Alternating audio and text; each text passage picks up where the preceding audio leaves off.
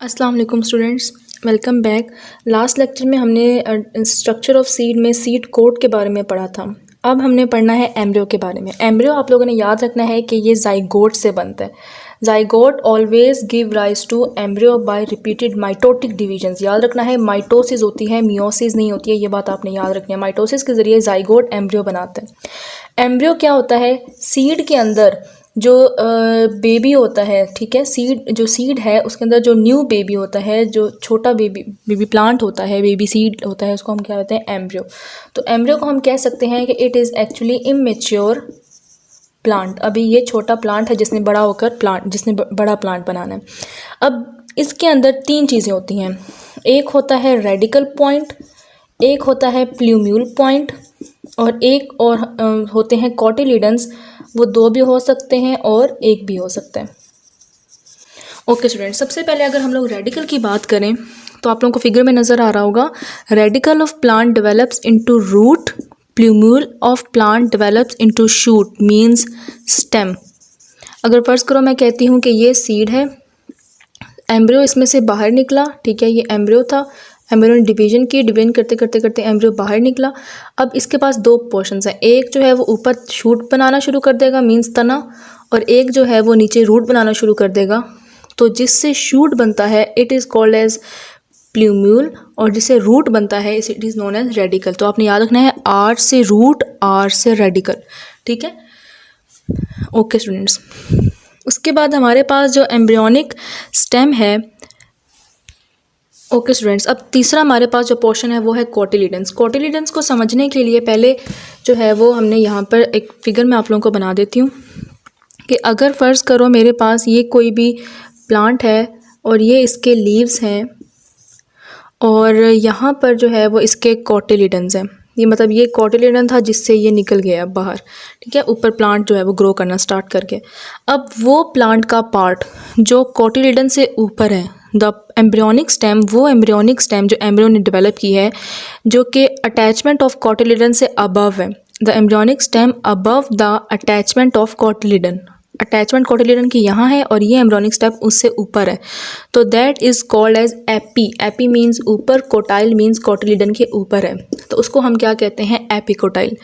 लेकिन वो embryonic stem जो कॉटिलिडन से नीचे होती है, it is called as hypo. Hypo means downward, lower, and cotyle means cotyledon, hypocotyl. Embryonic stem below the point of attachment is hypocotyl, and embryonic stem above the point of attachment of cotyledon is called hypocotyl. ये हमारे पास क्या हैं? दो portions हैं जो कि cotyledon की position की बेस पर हमने इसको क्या कर दिए हैं? दो डिफरेंट नाम दे दिए हैं। अब सीड को जर्मिनेट करने के लिए, मींस ये सीड था, इसको ऊपर ग्रो करने के लिए जो है वो प्रॉपर चाहिए होते हैं न्यूट्रिएंट्स। वो न्यूट्रिएंट्स कौन कर उसको प्रोवाइड? न्यूट्रिएंट्स सीड के पास सारे होते हैं in the form of endosperm tissue. वो हम बात कर चुके हैं कि एंडोस्पर्म टिश्यू क्या करेगा? इसको न्यूट्रिएंट्स प्रोवाइड करेगा। उसके अलावा एंजियोस्पर्म्स में जो है एंडोस्पर्म टिश्यू ही मेन हमारे पास होता है जो कि न्यूट्रिएंट्स को प्रोवाइड करता है। इसके अंदर बहुत ज़्यादा स्टार्ची मटेरियल भी होता है और बहुत ज़्यादा प्रोटीन भी होता है, इसीलिए कुछ चीज़ों के जो सीड्स होते हैं, बीज, वो हम लोग खाते हैं, और क्योंकि उसमें बहुत ज़्यादा स्टार्च और बहुत ज़्यादा प्रोटीन जो है वो हमें मिलती है उसके कॉटिलिडन्स में भी। उसके बाद जो नेक्स्ट हमारा टॉपिक है वो है germination of seed. Okay students, germination of seed. Germination का क्या मतलब है? सीड जर्मिनेशन का ये मतलब है कि हमारा अब जो सीड एम्ब्रियो है वो डेवलप कर जाएगा एक प्लांट के अंदर। ये एम्ब्रियो नीचे रह जाएगा और इससे जो है वो एक प्लांट जो है वो क्या हो जाएगा? उससे रूट्स बनेंगी और फिर उसी से लीव्स बनेंगे। इसको बोलते हैं जर्मिनेशन के। हमारा प्लांट आहिस्ता आहिस्ता क्या कर जाएगा? जर्मिनेट करना स्टार्ट कर जाएगा। जर्मिनेशन के लिए सबसे पहले जो चीज़ चाहिए है वो है फेवरेबल कंडीशंस, कि कंडीशंस ऐसी हों, फेवरेबल कंडीशंस हों जो फेवर करें, ऐसी कंडीशंस हों जो कि सीड के लिए हर लिहाज से ज़रूरी हैं।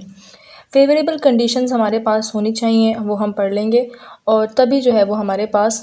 और दूसरी बात क्या है कि सीड को किसी सूटेबल लोकेशन पर होना चाहिए, जो लोकेशन उसको चाहिए। जैसे एक सीड, अगर एक सीड को सॉइल चाहिए, हम उसे वाटर में डाल दें तो वो कभी भी जर्मिनेट नहीं करेगा।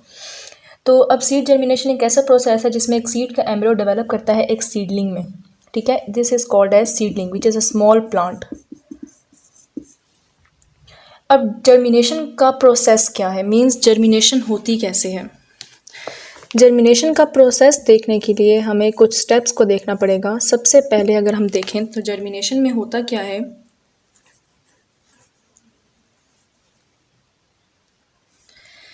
ड्यूरिंग जर्मिनेशन के दौरान सबसे पहला काम ये होता है कि एम्ब्रियो जो है प्लांट का, सीड के अंदर जो होता है एम्ब्रियो सोक मीन्स एब्जॉर्ब कर लेता है किसको, वाटर को। सबसे पहला काम ये होता है एम्ब्रियो सोक करता है पानी को। सेकंड काम इसके अंदर क्या होता है, फिर एम्ब्रियो जब पानी को सोक करता है तो उसकी वजह से वो स्वेल कर जाता है, स्वेल करता है। स्वेल जब करेगा तो तीसरा काम फिर क्या होता है, स्वेल करते करते वो इतना स्वेल कर जाता है कि एट लास्ट वो सीड कोट को रप्चर कर देता है, सीड कोट को स्प्लिट कर देता है, सीड कोट को तोड़ देता है, रप्चर कर देता है, ब्रेक कर देता है या उसको स्प्लिट अप कर देता है, मीन्स उसको टुकड़ों में डिवाइड कर देता है, ठीक है। उसके बाद सबसे पहला स्ट्रक्चर जो निकलता है सीड के कोट के अंदर से वो है उसकी रूट क्यों निकलती है सबसे पहले एम्ब्रियो की, जाहिर है रूट ग्रो करेगी तो वो न्यूट्रिएंट्स को इकट्ठा करेगी ना, और फिर उससे शूट निकलेगी। तो सबसे पहले रूट क्यों ग्रो करती है, क्योंकि उसने न्यूट्रिएंट्स को क्या करना होता है, कलेक्ट करना होता है सॉइल के अंदर से। उसके बाद रूट के ग्रो करने के बाद, न्यूट्रिएंट से कलेक्ट करने के बाद इतना न्यूट्रिएंट डेवलप हो, इतना न्यूट्रिएंट स्टोर हो जाता है कि फिर प्ल्यूम्यूल से क्या बन सके, शूट बन सके, मीन्स उसके ऊपर स्टेम बन सके। फिर आहिस्ता आहिस्ता स्टेम ग्रो करती है ऊपर की तरफ और वो फिर आहिस्ता आहिस्ता सॉइल से बाहर निकल आती है। तो ये हमारे पास प्रोसेस है जिसकी वजह से सीड क्या करता है, जर्मिनेट करता है। अब जर्मिनेशन की हाइपोकोटाइल या एपिकोटाइल की बेस पर दो तरह की जर्मिनेशंस हैं। हम लोग फिर एक दफ़ा इसको रिवाइज कर लेते हैं कि सीड को सीडलिंग में कन्वर्ट करने के लिए फेवरेबल कंडीशंस का होना ज़रूरी है और उसको सूटेबल लोकेशन पर जाना ज़रूरी है।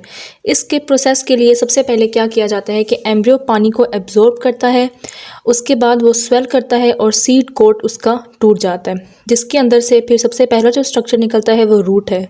रूट जो है वो न्यूट्रिएंट्स को बहुत ज़्यादा कलेक्ट करता है सॉइल के अंदर जब वो रैपिडली ग्रो करती है रूट्स। उसके बाद शूट, उससे प्ल्यूम्यूल से शूट डेवलप होती है और शूट जो है वो फिर सॉइल से बाहर क्या करती है, निकल आती है। ये पूरा प्रोसेस है जर्मिनेशन का कि एक सीड जो है वो सीडलिंग में इस तरह कन्वर्ट होता है फॉलोइंग दीज स्टेप्स। अब हम लोग देखें कि जर्मिनेशन की टाइप्स कौन कौन सी हैं। ओके स्टूडेंट्स, अगर हम जर्मिनेशन की टाइप्स देखें तो हमारे पास दो जर्मिनेशन की टाइप्स है, एपीजील जर्मिनेशन और हाइपोजील जर्मिनेशन। एपीजील जर्मिनेशन की अगर हम लोग बात करें तो इसके अंदर क्या होता है कि ये सीड है जिसको हमने ज़मीन में बोया हुआ है। इस सीड के अंदर कोटिलिडन्स भी हैं। अब जैसे ही ये सीड रप्चर करेगा तो इसके अंदर से जो पहला स्ट्रक्चर होगा वो क्या होगा, इसका ऐसे रूट निकलेगी और यहाँ पर अभी ये हमारे पास सीड है, आधा ज़मीन के अंदर है। अब क्या होगा कि जब ये मज़ीद ग्रो करेगा तो ये कोटिलिडन को, मींस जो उसका सीड कोट है, उसको भी बाहर निकाल लेगा अपने साथ। तो ये क्या करेगा, जब ग्रो करेगा तो उसको भी बाहर निकाल लेगा और यहाँ से फिर आहिस्ता इसके लीव्स जो है वो इमर्ज होना स्टार्ट हो जाएंगे और यहाँ पर नीचे इसकी क्या है, रूट है। तो अब यहाँ पर फिर क्या होगा कि कोटिलिडन्स जो है वो सेपरेट हो जाएंगे, खुल जाएंगे और ये नीचे जो है वो स्टेम रूट है और ये ऊपर जो है वो इसके फिर लीव्स होंगे और ये कोटिलिडन्स हैं। ये कोटिलिडन है, ये कोटिलिडन है, इधर ये कोटिलिडन है। अब इसके अंदर क्या हुआ है, आप लोगों को नज़र आ रहा है कि जो हाइपोकोटाइल है, मींस के जो कोटिलिडन से नीचे वाली स्टेम है, ठीक है, स्टेम बिलो द कोटिलिडन नीचे वाली जो स्टेम है उसने एक हुक बनाया है और उसने कोटिलिडन को अबव द ग्राउंड खींच लिया है। जैसे कि कॉटन के अंदर होता है, कॉटन के अंदर जो है वो उसका कोटिलिडन बाहर ही निकला हुआ होता है जिसके अंदर से हम फिर कॉटन निकालते हैं। तो इस तरह जो कॉटन है, बीन है, पपाया है, ये इस तरह से जर्मिनेट करते हैं कि इनका जो हाइपोकोटाइल है, जो कोटिलीडन से नीचे वाली स्टेम है वो ऊपर की तरफ खींचती है, जिसकी वजह से कोटिलीडन ज़मीन से बाहर आ जाता है।